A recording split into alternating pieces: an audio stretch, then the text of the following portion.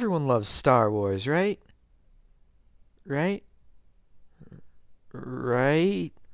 Nah, everyone hates Star Wars now, and even I'm gonna make a video about what I'm concerned about. But really, it's just me wanting to see something else from Star Wars, even though I've been enjoying a lot of what's been done so far. But I don't know how long the current formula is going to last. People might already be getting sick of it if the solo box office numbers are anything to go off of. But episode 9 is coming out in a year and a half, so let's talk about where things might go wrong or go right, who knows. There are two major things that I don't want to happen in episode 9. And some smaller stuff that we'll get into. But the first thing that I will probably be disappointed to see is another Death Star. Can we just not do another Death Star, please? Thanks. We've blown up 3 of them now. A 4th will be going overboard. Alright, we got that out of the way. Cool. Let's not go to the same plotline that we've done a whole bunch. So what's the other thing? Right, let's not backtrack and try to fix The Last Jedi. But Prime, Last Jedi sucked.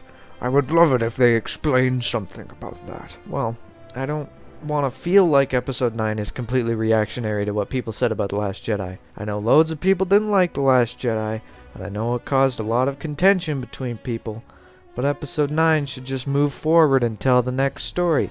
Last Jedi happened, now you're telling a new story. Episode 8 felt very reactionary to episode 7. Who were Rey's parents? Who was Snoke?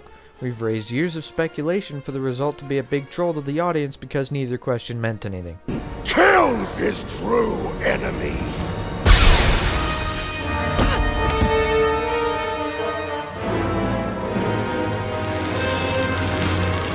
So it felt like it was just shoving it in the face of those who speculated for 2 years about who these characters are. Well, that doesn't matter, so I don't want episode 9 to do stuff like this. Just move forward. Just keep going. Answer the questions naturally, not, hey, you've been speculating this for 2 years. Get wrecked. So those are my 2 major concerns, but it's time to talk about one other thing that could possibly hinder episode 9. And that's that all 4 of the Star Wars movies that have been released under the Disney banner has had some form of backtracking. Episode 7 is just episode 4 again.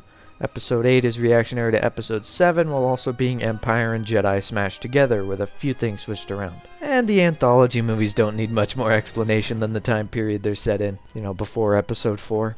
Each of these movies is hesitating to go completely new and do something outlandish, which I can understand because the most new they've done is in The Last Jedi, and people hated that. But people also hate it when they made a New Hope again. So you're always going to risk a part of the audience. You can't please everyone. Just make a solid movie that tells a new story that just so happens to be set in the Star Wars universe. This new trilogy does kind of seem like we're just repeating what we've already done. But the reason I feel like I don't know where episode 9 can go is because episode 8 took too much from Return of the Jedi. And I guess I might just not be imaginative enough, or this franchise has conditioned me to not be imaginative enough to see a completely new story told. So far this trilogy has consisted of some data hidden in a droid who finds a character in the desert who will become a great pilot and Jedi.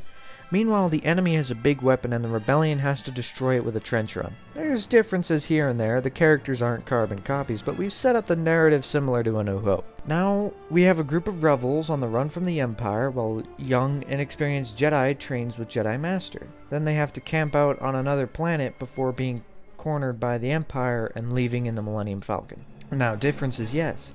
The training goes differently than in Empire Strikes Back. The battle at the end of Last Jedi isn't Cloud City, but it's Hoth, so it's still treading the same ground. But Last Jedi took a lot from Return of the Jedi. Evil Master Sith Lord who shows the hero fleet in peril, then his apprentice kills him and there's a lightsaber fight. So already the most interesting part of Return of the Jedi has been done. You can't do the Carbonite plot because you didn't do Carbonite this time. So really all that's left to be taken from Return of the Jedi is Ewoks, and another Death Star. So you can see why I'm a little apprehensive. But not all hope is lost. J.J. Abrams has made some entertaining movies, even if the script was terrible. So at the very least, Episode 9 will be exciting.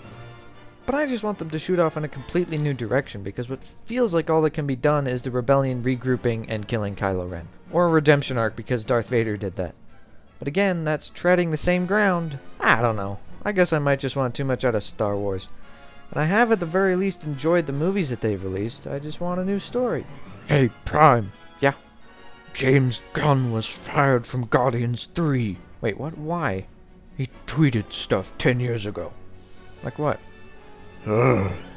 Yeah, no, I'm not even reading those. Oh, okay. Prime, what are you doing? deleting my tweets in case someone wants to use them against me. But you're not popular enough. Oh, good point. Well, I'll end the video. It's not over, Prime. The video is not ending by your command. Well, there are my concerns with Star Wars Episode 9, and this will be the end of this episode, and I will see you guys later.